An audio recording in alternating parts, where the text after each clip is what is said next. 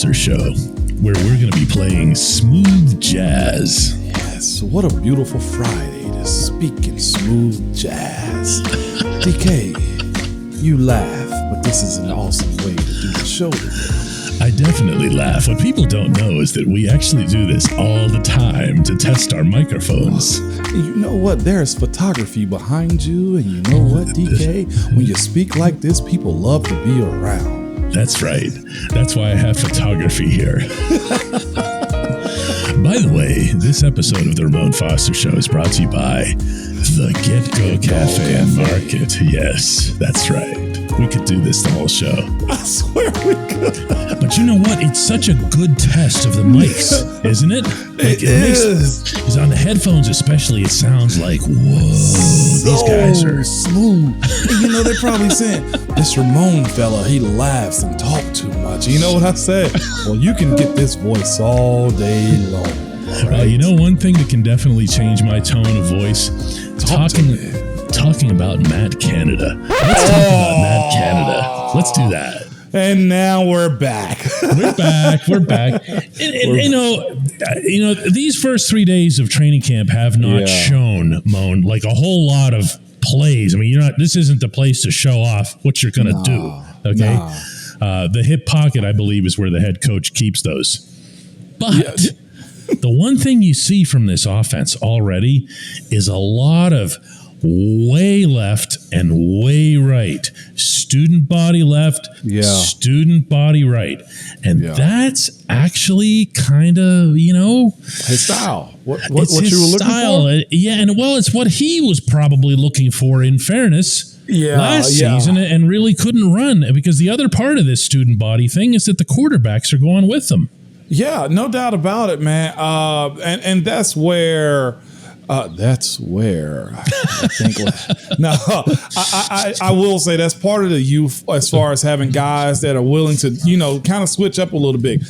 Mason's a younger guy. Mitch is a young guy. And of course, Kenny Pickett is a young guy as far as, look, I can get these guys to do whatever I want them to. I will say this a little bit. When you inherit a veteran quarterback, when you inherit a guy let's be real, they like to say stuck in their ways. And it's not a bad thing when I say that, DK, because it's worked.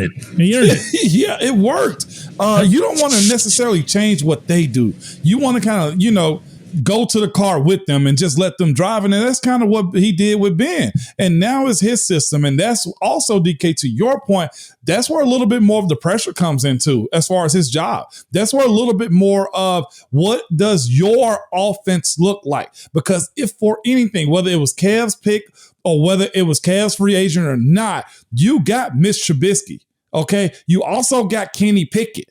You had at least a say-so in those guys. We saw you visiting with Malik Willis. We saw you at Pitt's Pro Day with him. I know that's a standard protocol as far as it goes, but I'm just naming rookie quarterbacks that the coordinator actually saw in person. So you knew what you were getting yourself into. And being the fact that you can't lean on seven anymore as far as, hey, we got to do what he wanted in the offense, I'm willing. I can't wait till the first preseason game to see what it's going to look like, because there'll be a lot of fluff thrown out there, but we will get what the actual thesis of what a Matt Canada offense is going to look like in the NFL. Yeah, that's the quarterback factor in this is so big because the other component that's come out of all these student body East-West plays is that Trubisky in particular, more than any of them, he sees an opportunity to turn up field, and it does not look or feel like his second choice. Do you follow what I'm saying here? Like it's planned. It almost looks like, please don't think I'm comparing the two, but it almost looks like the way Lamar Jackson gets to the line of scrimmage and then just doesn't hesitate. He doesn't do it as a last resort. I'm going to say it again, Mo, because someone's going to accuse me of comparing Mr. Trubisky to Lamar Jackson. I'm only talking about that one specific facet of it. Yeah. And that in and of itself is something that the other team, the defenses, they hate preparing for this stuff. Yeah. They hate it like a lot. Because technically, you get an extra body. You get another athlete out there as far as, hey, we gotta dedicate somebody to this person, and that's what you're absolutely right. They don't want that necessarily because it takes away from the defensive plan. I think that also goes into the fact of whoever the coordinator said what he said about Lamar. or whatever the guy said about Patrick Mahomes. You take his first read. It's because, truthfully, although they have been stopped, you don't know how to stop them every single game. To your point about like defenses, like NFL, they're smart as heck. They just are, okay? And defensive coordinators take pride in shutting guys down. So if you do have that quarterback that has that option to run the ball and get out of the pocket, it kind of throws their 11 on 11 off because you're not really prepared for the running quarterback at all times. And if that's what they have in Pittsburgh, as far as I know, we saw Kenny Pickett run. We know Mitch is an athletic type of guy. I think Mason's more of a pocket guy, but we see what type of quarterbacks they have in Pittsburgh right now, and that can be a weapon if they also know how to protect themselves outside of the pocket too, DK. Just to throw this at you, just for fun, because we can all, I don't want to get into definitely any kind of, critiquing or whatever of the version of Ben that we saw last year, because he probably outperformed most people's expectations. Yeah. Okay, realistically. I remember, and I used to joke about this at the time that it would happen, that when Ben would roll out to the right, and it happened maybe once every 2 games. Yeah. When he would roll out to the right, Moan, that play had a 100% success rate. Yeah, man. You know what I'm talking about? Yeah, it was breaking tendencies there. Because it was something that was a little bit off the predictable path here, and it really worked. And I think the less predictable this offense is in general, the more effective it's going to be. And this is the other part too. As far as the guys up front and just the flow of the offense, that type of student body left and right, as far as the passing game goes, DK, is something that helps those guys up front. Again, they are a new group that have to come together. And the less you can have them in positions to where they're one-on-ones, or they find guys that are new starters, or you got 2 or 3 new pieces working together in the middle.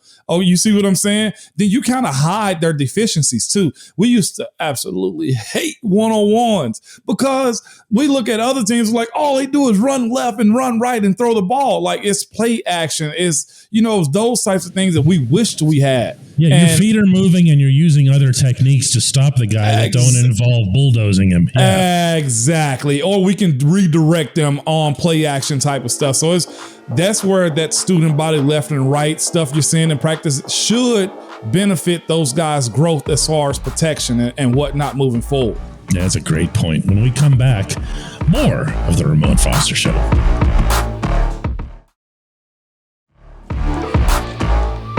Welcome back to the Ramon Foster Show.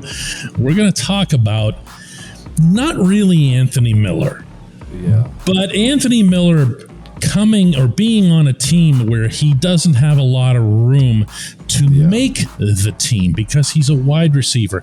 And the funny thing is, Moan, like, they genuinely like this kid. Yeah, man. And yet they kept bringing in receivers over his head. And probably the best example of that isn't even the draft picks or anybody, but like a Miles Boykin. Yeah, you could make an argument. Maybe they didn't need Miles Boykin. Maybe that was something of a luxury here. But there are a lot of players that do this, Moan, and I've never understood it. How do you not see an NFL roster and say, I don't want to go there. I could play in Jacksonville, man. There's a place for me in Jacksonville. Well, first and foremost, that place is miserable, okay? Yeah, that's fair. But no. Being very serious about it, this is the sports side of what guys usually think. Like, I'm not going to count myself out. You know what I'm saying? Like, that's probably what they're thinking. Oh, that's a challenge. I'm going to take it on. But I'll say this. It's been so many times I've been in positions to where I know guys have balled out, and I also knew they weren't going to make the team. Like, that is a part of it. You like look at our group. Go ahead. Yeah, because what? That's all I wanted to ask. Because the initial group is set already. Okay, let's go through the wide receiver room real quick, not to just cancel yourself out, because you can create a role for yourself. You can be a hell of a special teamer. That's where that comes into play, DK, as far as we got too many receivers. Oh, we got too many linebackers. Oh, we got too many DBs. It's specifically at those positions. And let's just say this. We look at that group and we say, all right, you got Calvin, you got Deontay, you got Chase, you got George, you got, I'm naming off a bunch of guys that are pretty much at this point roster locks. And you got to say, man, it might be one position. It might be one, and there's probably two guys killing it. And you know for a fact, like, he probably not gonna make the team. And it's been times where I've gotten attached to guys where I've like, they've been behind me and I'm like, well, hell, I know I'm not about to lose this spot this year, or I see a guy working behind Pounce, but I know, look, BJ Finney is the guy. He gonna be center guard center on game day. This kid is having a heck of a camp, but he still doesn't have a shot. And all you can hope is this: don't let this kid quit on himself. Don't let this kid forget that there's other opportunities out there for himself. Yeah, or maybe we bring him back on practice squad. Mm-hmm. That's actually what I wanted to ask you about, was the whole, we mentioned Anthony Miller on the show yesterday, and the out route that he ran, and he was huffing and puffing and everything here. And it just, the effort, the heart that's involved in this. We talk about the heart that the star players, that the great players show. Najee Harris's heart or whatever. Well, I mean, I can make an argument that it's kind of easier to do, to be really into something when you're getting the results. Everything's coming back your way. You're getting an immediate feedback. A lot of these guys, they call them camp bodies and whatever. I know you don't, but well, we do. Camp bodies, guys that just kind of fill the 90 man, but they know they're either going to end up, somewhere in. Where do you go? Football's not like any other sport. You can't just make it. And baseball players can go to Japan or wherever else. Your hockey players, basketball players can go all over the world. Yeah. When you're out of the NFL, you're getting on with it. You're getting on with the life. Yeah, it is that way, DK. And I'll say this too, just to, peel back the curtains a little bit. It's only been one or two times that I've actually been surprised by who made roster and who didn't make roster. Like, that's just what it is. And this is the point that you were making. You have to go hard. It's two instances in which I was like, what? Him?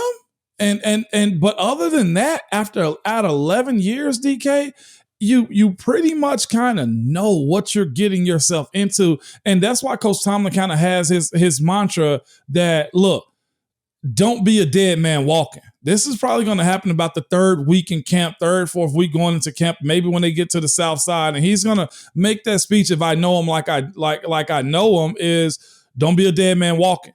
And it's so funny. I could see guys walking around St. Vincent College and just being in the position like, yeah, that guy know he's already cut. And it sucks. But it's the business side. And that's why I said earlier, when you gave me, what was it, yesterday, you gave me the appreciation of watching Anthony Miller work. And like you saying, like, he's giving this all, like, this stuff isn't automatic. It ain't just one of those easy things to where this guy's going to be all right. Like, it's a lot of guys that this camp is probably going to be their last one. And I know we're, not supposed to be doing this on a Friday today, but this is what the process of building a team is. Like, you got to sift and find out the guys that's going to work right for you. And those guys also got to attack every single day as if it is their last day, because we talked about my knee issue in camp. I thought that was it for me. But you get back up and you think to yourself, not me, not going to happen. I'm going to fight back. And like I said, for the smaller skill guys, that's why it's super important for them to not be a primary wide receiver. You better be an all-world special teamer. There is so much to be said for how coaches emphasize, track, and borderline celebrate when somebody who totally was not expected to make the 53 and they make it. And you know what I'm talking about, because he gets celebrated in the locker room too. Stephon Logan, remember him? Yes. When he came from the Canadian League? Yep. He made the team on the last preseason game. And on one play. On one play? I mean, not literally on one play, but there was one play that cemented it. And Mike Tomlin still tells that story, but there's other guys too, and they earn it over camp. Tuzar Skipper's in camp now, and and I know that the first moment he gets a sack in a preseason game, it's going to be Tuzar, yeah. I remember from a couple of years ago. But this is a guy who came out of nowhere and found a way to make enough of an impact. Another guy that had to, honestly, we hope that he didn't get poached or picked up by somebody, was Chris Hubbard. You remember his journey? Yeah. Smaller guy, ended up coming from UAB and working his way in. And you're like, man, just keep working. Didn't make it this year. You're on practice squad. Didn't make it the next year on practice squad. Next thing you know, he makes it, end up starting and end up getting a nice deal from Cleveland. And I was going to say, he ended up getting paid by the Browns. Yeah. Yeah. And so, to your point, we do rejoice in that type of stuff, or finding a Roosevelt Knicks. Like, that's why we found, like, we created that, hey, my day one type of guy, because you root for those guys. There's nobody who can compare to Rosie's willingness to put his body on the line for his football team. When we come back, the only segment that matters. Hey, Mon. Welcome back to the Ramon Foster Show. It's time for the only segment that matters. That would be the Hey Mon segment. Today's entry comes from Jennifer Pruser, and she asks, Hey Mon, do you think it hurts Calvin Austin wearing Juju's old number? Team and players have game plans for 19 last year, so they're already used to looking for that number. Or does it help because his body type is so different? No, don't matter at all. That is a different question. I'd never expect to be asked something like that, and it is a great question. But no, because they only look at the name.